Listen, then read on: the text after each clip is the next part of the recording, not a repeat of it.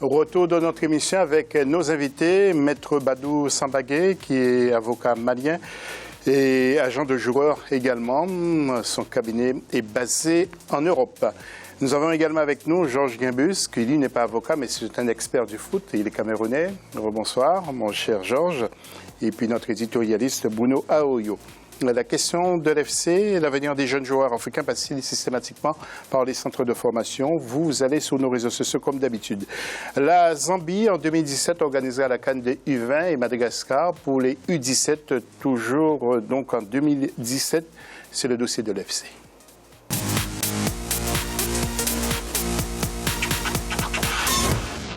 L'année 2017 sera riche en compétition pour nos jeunes Idlet, Mirabel, Bissou.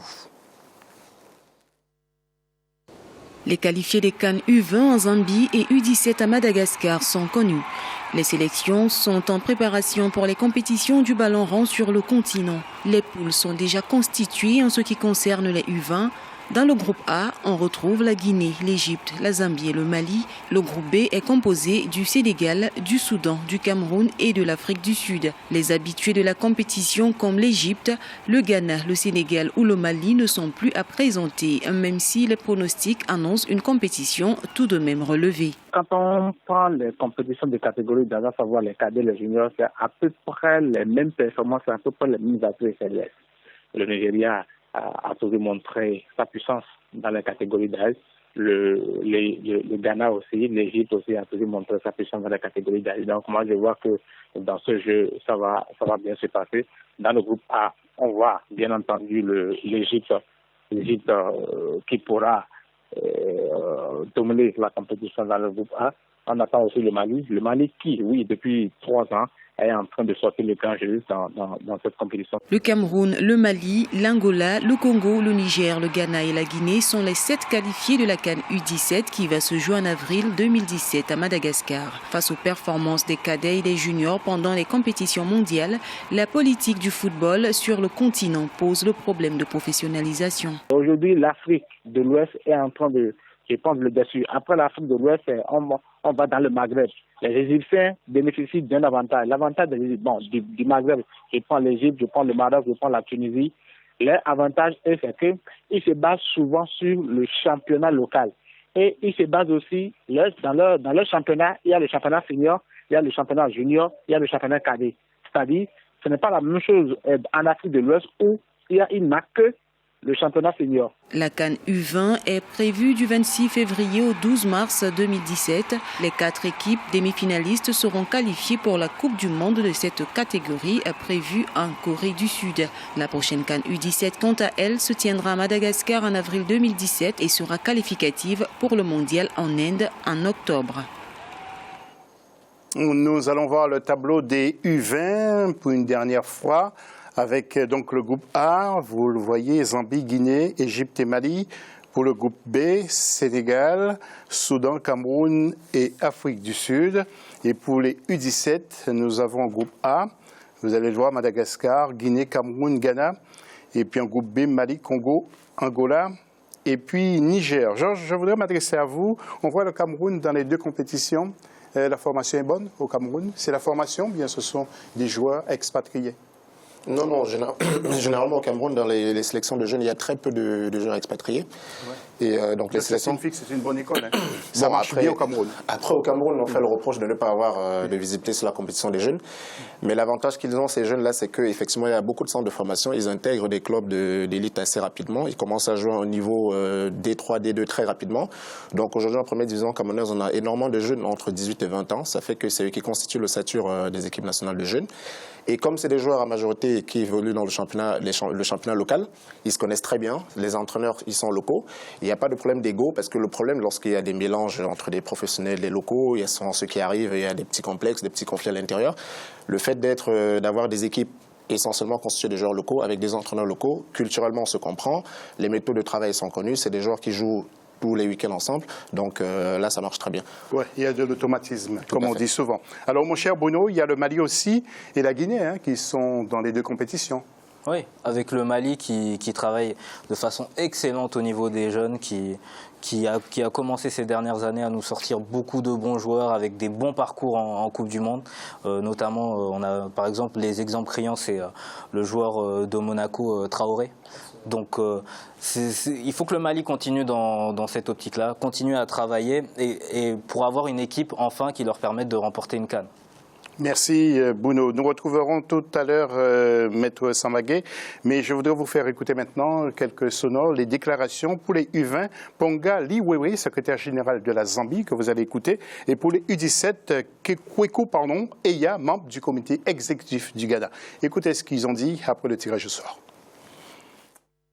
La Zambie se porte comme lors de la Coupe du Monde. Pour ce tournoi, nous rencontrerons la Guinée, l'Égypte et le Mali. Les équipes de l'Afrique de l'Ouest et l'Afrique du Nord semblent dominer en ce moment. La Zambie s'active déjà pour sélectionner ses meilleurs joueurs et intensifier la préparation. Notre ambition, en tant que pays organisateur, sera de soulever le trophée. Je pense que c'est un bon tirage au sort. Il y a 2 autres équipes, la Guinée et le Cameroun, qui ont un style de jeu similaire. Le seul pays qui est différent, c'est Madagascar, le pays hôte. Quant au Ghana, à chaque grande compétition, ce pays est toujours prêt et sa qualification pour le prochain tour ne sera pas une surprise et ne posera aucun problème. Et pour clore avec les jeunes, avant de retrouver Maître Sambagé, pour l'interroger sur le rôle des agents, quelques images de la Zambie et de Madagascar, au lieu, vous le savez, où ce sont les pays hôtes justement qui accueillent les U20 et les U17. Donc vous voyez les infrastructures qui ont été ou qui vont être mises en place justement pour accueillir ces jeunes garçons, les U20, donc je vous l'ai dit, du côté de la Zambie, et les U17 à Madagascar. Nous allons retrouver notre invité, l'un de notre invités, Maître Badou Sambagé. Alors, Maître, il y a beaucoup d'argent à gagner maintenant pour les agents. Beaucoup de gens se lancent justement dans ce métier aujourd'hui. Aujourd'hui, c'est vrai que c'est une activité qui est en développement. Je pense que ça ne date pas d'aujourd'hui. Dans la mesure où les footballeurs eux-mêmes voient leurs revenus croître, naturellement, les conseillers qui interviennent auprès des sportifs voient également leurs revenus croître. Mais j'ai envie de dire, attention, il ne faut pas se faire une vision du métier, indiquer que vous allez commencer cette activité, vous allez être le plus riche du monde et vous allez faire cette activité uniquement pour gagner votre vie. C'est une activité qui est très compliquée. Quelle formation faut-il? Il faut bien sûr faire du droit. Aujourd'hui, il y a plusieurs écoles qui donnent la possibilité justement aux agents de se former et d'obtenir une licence. Maintenant, aujourd'hui, très peu d'écoles donne cette possibilité d'avoir une certaine déontologie, une déontologie qui pourtant serait nécessaire dans ce domaine-là. Le cursus, c'est quoi, Maître? Ce serait d'obtenir une licence aujourd'hui, simplement en France. Pour une licence de droit des affaires? Non, une licence, attention, une licence d'agent sportif. Donc c'est un examen qui est composé d'une partie générale et une partie spécifique selon le sport. Notamment s'il s'agit du football, vous avez une partie spécifique au football. Mais aujourd'hui, attention, il y a une réforme depuis 2015 qui permet à toute personne d'exercer en qualité d'intermédiaire. D'accord ? Donc le nom d'agent sportif, la notion d'agent sportif n'existe qu'en France aujourd'hui. Parce que je pense que c'est le seul pays qui aujourd'hui l'a intégré dans un code du sport, c'est-à-dire dans la loi. Mais dans les autres pays, c'est la réglementation de la FIFA qui permet à chaque fédération nationale, soit la fédération malienne, soit la fédération suisse, allemande, anglaise, de prendre des dispositions et de constituer ce qu'on appelle un règlement des intermédiaires permettant à toute personne de déposer des fonds, ça peut être 500 €, 600 €, afin de s'inscrire en tant qu'intermédiaire. Aujourd'hui, vous savez que c'est la porte ouverte à toute personne, même les moins compétentes, pour conseiller des jeunes joueurs qui aujourd'hui auront besoin plutôt de personnes très compétentes autour d'elles, notamment dans les premières années. Oui, Maître, vous avez beaucoup de joueurs que vous gérez en quelque sorte. Un jeune malien, ça c'est vraiment un honneur de voir votre réussite ici en Europe. Aujourd'hui, je conseille... Est-ce que vous voulez citer des noms, par exemple? Non. Il n'y a aucun intérêt de citer un nom sur le plateau. En tant qu'avocat, on a une certaine confidentialité. Si j'étais agent de joueur, je pourrais citer mes clients, mais en tant qu'avocat, je ne peux pas les citer, puisque ma déontologie m'interdit justement et me retient en matière de confidentialité. Mais sachez que sur les joueurs qui sont accompagnés, bien sûr, il y a un accompagnement qui est fait depuis 13-14 ans afin de les mener vers une carrière sportive et éducative. C'est ce qui est important. Oui. Est-ce que vous auriez pu être à la place de l'agent, justement, de Paul Pogba, nous allons voir, qui a empoché 27 millions, nous allons voir les images de Paul Pogba et de son agent, justement, qui a empoché, c'est Nino Raola, qui a empoché une belle somme d'argent. 25% du transfert, C'est beaucoup d'argent, 27 millions d'un coup.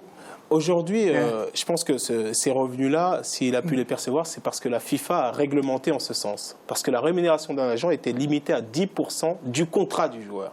Aujourd'hui, la FIFA donne simplement une indication pour indiquer aux agents, aux intermédiaires, de percevoir la somme de 3%, le montant de 3% du salaire. J'ai fait le calcul, c'est 25%. Là, ah, là c'est énorme. Donc, c'est-à-dire les contrats peuvent permettre justement de déroger à ces 3% et d'aller au-dessus.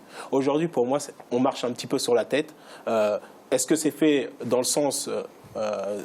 on va dire, d'une logique sportive ou d'une logique financière, on n'a plus du tout tous les ingrédients pour pouvoir répondre à cette question. Après, voilà. Raiola, il a une manière singulière de travailler quand même, chose que c'est pas... Bien sûr. Tout le monde ne travaille pas comme lui. J'ai eu une retenue, je dis, attention, il ne faut pas penser qu'on est agent de joueur, qu'on a une rémunération de 10%, le salaire minimum pour un joueur, par exemple, qui signe professionnel dans un club de Ligue 2 est à 1 000 € à peu près. Donc 10%, vous êtes à 1 000 € par an, vous n'aurez pas les 27 millions de Mino Raiola. Ok, on est pris par le temps. Georges, je sais que vous avez des choses à dire, Bruno également. Si nous avons le temps dans la troisième partie de l'émission, je vous donnerai la parole sur vraiment ce dossier du rôle d'agent. À tout à l'heure pour la troisième partie de cette émission AFC.